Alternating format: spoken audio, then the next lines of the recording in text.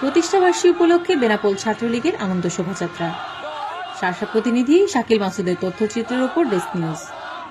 বাংলাদেশ ছাত্রলীগের ৭৩তম প্রতিষ্ঠাবার্ষিকী উপলক্ষে আজ শুক্রবার একটি আনন্দ শোভাযাত্রা করেছে বাংলাদেশ ছাত্রলীগের শার্শা উপজেলা শাখা ছাত্রলীগ।